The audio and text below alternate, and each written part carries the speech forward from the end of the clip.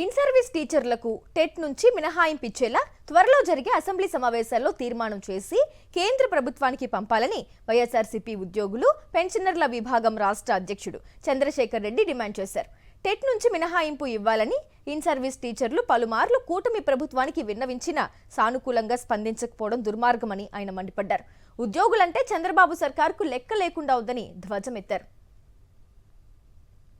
దాదాపు 1,00,000 మంది పైగా ఈ రోజున ఈ ఇన్ సర్వీస్లో ఉన్నటువంటి వాళ్ళు టెట్ పాస్ కావాల్సినటువంటి ఉంది. ఒకసారి ఉద్యోగం కోసం ఎగ్జామ్ పాస్ అయ్యి కాంపిటేటివ్ ఎగ్జామ్ రాసి ఉద్యోగంలోకి వచ్చిన తర్వాత మరలా అన్ని సబ్జెక్టులు చదువుకొని ఆ ముసలితనంలో ఏ విధంగా పాస్ అవుతారు వాళ్ళు? అంత హై పర్సంటేజ్ ఎలా వస్తుంది? ఎంత కష్టము మళ్ళా ప్రిపేర్ కావడము. ఆల్రెడీ వాళ్ళకి ట్రైనింగ్స్ ఇస్తూ ఉంటారు, సంవత్సరానికి 2 ట్రైనింగ్లు ఇస్తూ ఉంటారు. ఆ అకాడమిక్ ఏదైతే సోషల్ చెప్పే టీచర్లకి సోషల్లోనో లేకపోతే ఇంకో సబ్జెక్ట్స్లోనో అన్ని సబ్జెక్ట్స్లో కూడా వాళ్ళకి తర్ఫీదు ఇస్తూ ఉంటారు. దాని ప్రకారంగా ఇంప్రూవ్ చేసుకోమని చెప్పాలి. కానీ కంపల్సరీగా మెడ మీద కత్తి పెట్టి నువ్వు పాస్ అయితేనే నీకు ప్రమోషన్, లేకపోతే నేను ఇంటికి పంపిస్తాం అనేటువంటి పద్ధతి ఎక్కడి నుంచి తీసుకొస్తున్నారు? అంటే ఇదేమన్నా ఉద్యోగుల వెల్ఫేర్ చూసేటట్టు ప్రభుత్వమా, లేకపోతే ఉద్యోగుల్ని ఇంటికి పంపించే ప్రభుత్వమా అని అడుగుతా ఉన్నా. విజయవాడలో పోలీస్ స్టేషన్లు వివాదాలకు అడ్డాగా మారుతున్నాయా? నేరస్తులపై ఉక్కు పాదం మోపాల్సిన పోలీసులు నిర్లక్ష్యం, అలసత్వం, అసమర్థతతో విమర్శల పాలవుతున్నారా? కృష్ణలంక పోలీస్ స్టేషన్ ఘటన మరువకముంది. ఇప్పుడు సత్యనారాయణపురం పోలీస్ స్టేషన్ పేరు వరుస వివాదాల్లో వినిపిస్తోంది. ఆర్థిక మోసాల నుంచి అనుమానాస్పద మరణాల వరకు, రాజకీయ వివాదాల నుంచి శాంతి భద్రతల వైఫల్యం వరకు, ఆందోళనకారులపై పోలీసుల వ్యవహార శైలి నుంచి హోటళ్లలో జరుగుతున్న ఘటనల వరకు ఒక్కటే పోలీస్ స్టేషన్ చుట్టూ అన్ని ఆరోపణలు ఎందుకు వస్తున్నాయి? విధులు నిర్వహించాల్సిన పోలీసులు విధుల కంటే ఇతర అంశాలపై ఎక్కువ దృష్టి పెడుతున్నారు అనే ఆరోపణలు ఎందుకు వినిపిస్తున్నాయి? అసలు సత్యనారాయణపురం పోలీస్ స్టేషన్లో ఏం జరుగుతోంది? వరుస వివాదాలకు కారణం ఏంటి? విజయవాడలోని సత్యనారాయణపురం పోలీస్ స్టేషన్ పేరు ఇప్పుడు బాగా వినిపిస్తోంది.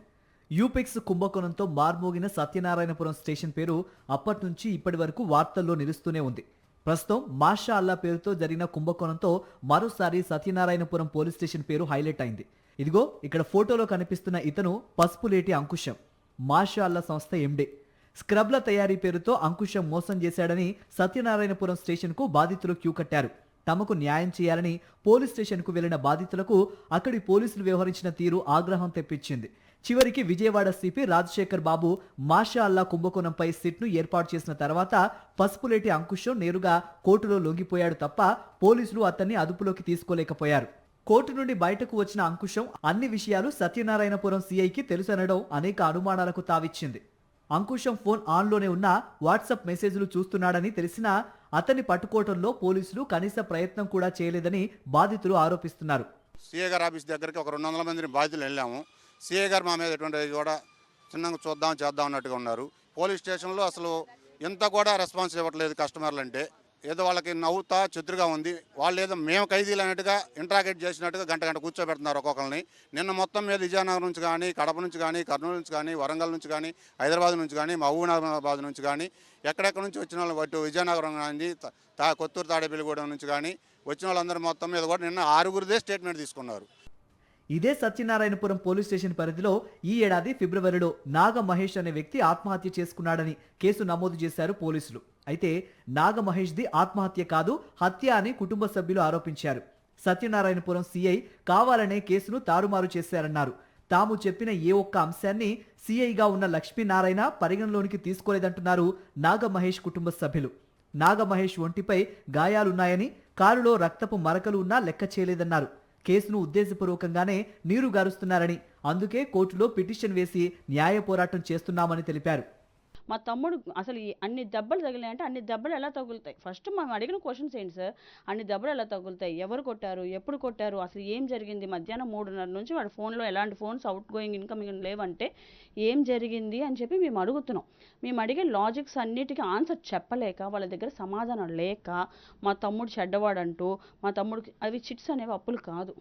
కాల్ డేటా, సీసీటీవీ ఫుటేజ్ ఈ 2 కూడా తీసి చూపించడానికి ఏమవుతుంది సార్? కాల్ డేటా ఎందుకు అడుగుతున్నామంటే మా బ్రదర్ కాల్ చేసినప్పుడు అక్క నేను బయటకు వచ్చాను, డబ్బుల కోసం వచ్చాను అని చెప్పి అంటే ఎవరో మనిషి బయటికి వెళ్ళినప్పుడు ఒక పర్సన్ కాల్ చేసి వాళ్ళు రమ్మంటేనే కదా సార్ వెళ్తారు. సో అది కూడా ఇవ్వాలి కదా. సో కాల్ డేటా అనేది కూడా లేదు. విజయవాడ కేంద్రంగా ఉండే ధర్నా చౌక్ సత్యనారాయణపురం పోలీస్ స్టేషన్ పరిధిలోకి వస్తుంది. అంగన్వాడీల 42 గంటల దీక్షల సందర్భంగా అర్ధరాత్రి పూట పోలీసులు అత్యంత పాశవికంగా అంగన్వాడీలను ఈడ్చిపాడేశారు. ఈ దృశ్యాలను చిత్రీకరిస్తున్న మీడియాపై కూడా నాడు ఇదే సీఐ లక్ష్మీనారాయణ జులుం ప్రదర్శించారు. ఆర్థిక మోసాలు, నేరాల విషయంలోనే కాదు, పొలిటికల్ అంశాల విషయాల్లోనూ శాంతి భద్రతలను కాపాడడంలోనూ సత్యనారాయణపురం సీఐ లక్ష్మీనారాయణ అలసత్వం వ్యవహరిస్తున్నారనే చర్చ జోరుగా సాగుతోంది. మొన్నటికి మొన్న డిఎస్సీ అక్రమాలపై సిబిఐ విచారణ జరిపించాలని డిమాండ్ చేస్తూ వైఎస్ఆర్సీపీ నేతలు చేపట్టిన నిరాహార దీక్ష శిబిరంపై టీడీపీ నేతలు దాడి చేస్తారనే సమాచారంతో గంట ముందుగానే సీఐ లక్ష్మీనారాయణకు మాజీ ఎమ్మెల్యే మల్లాది విష్ణు చెప్పినా ప్రొటెక్షన్ కల్పించలేదు. టీడీపీ శ్రేణులు ఎంతటి విధ్వంసం సృష్టించారో మొత్తం రాష్ట్రం చూసింది. దాడికి దిగిన వెన్నుపోటు పార్టీ నేతలపై చర్యలు తీసుకోవాలని వైఎస్ఆర్సీపీ ఫిర్యాదు చేస్తే కనీసం పట్టించుకోలేదు. పైగా వెన్నుపోటు పార్టీ నేతలు ఇచ్చిన ఫిర్యాదు ఆధారంగా తిరిగి వైఎస్ఆర్సీపీ నేతలపై కేసులు నమోదు చేశారు. ఇక హోటల్స్పై నిరంతర నిఘా పోలీసుల బాధ్యత.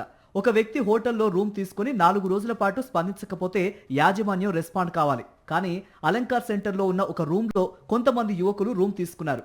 అందులో ఒక యువకుడు ఆత్మహత్య చేసుకున్నాడు. కానీ 4 రోజుల పాటు రూమ్ లాక్ వేసి ఉంటే హోటల్ యాజమాన్యం కానీ పోలీసులు కానీ చర్యలు తీసుకోలేదు. విధుల్లో ప్రాధాన్యత కంటే ఇతర అంశాలపై పోలీసులు దృష్టి పెడుతున్నారని విమర్శలు పెద్ద ఎత్తున వినిపిస్తున్నాయి. సత్యనారాయణపురం పోలీస్ స్టేషన్ చుట్టూ వినిపిస్తున్న ఆరోపణలన్నీ నిజమా కాదా అన్నది దర్యాప్తులో తేలాల్సిందే. ఒకే పోలీస్ స్టేషన్ పనితీరుపై పదే పదే ఇలాంటి ప్రశ్నలు ఎందుకు వస్తున్నాయన్నది మాత్రం ఉన్నతాధికారులు సీరియస్గా పరిశీలించాల్సిన అంశం. నేరం జరిగిన తర్వాత స్పందించడం మాత్రమే కాదు, నేరం జరగకుండా చూడటం కూడా పోలీసుల బాధ్యత. ఫిర్యాదు వచ్చిన తర్వాత కేసు నమోదు చేయడం మాత్రమే కాదు, బాధితుడికి న్యాయం జరుగుతుందన్న నమ్మకం కల్పించడం కూడా పోలీసింగ్లో భాగమే. పోలీసులపై ప్రజలకు నమ్మకం ఉంటేనే శాంతి భద్రతలు బలంగా ఉంటాయి. సత్యనారాయణపురం పోలీస్ స్టేషన్ చుట్టూ ముసురుకున్న ఈ వివాదాలకు ఇకనైనా పోలీస్ స్టాప్ పడుతుందా లేక మరో వివాదం తెరపైకి వస్తుందా అన్నది వేచి చూడాల్సిందే.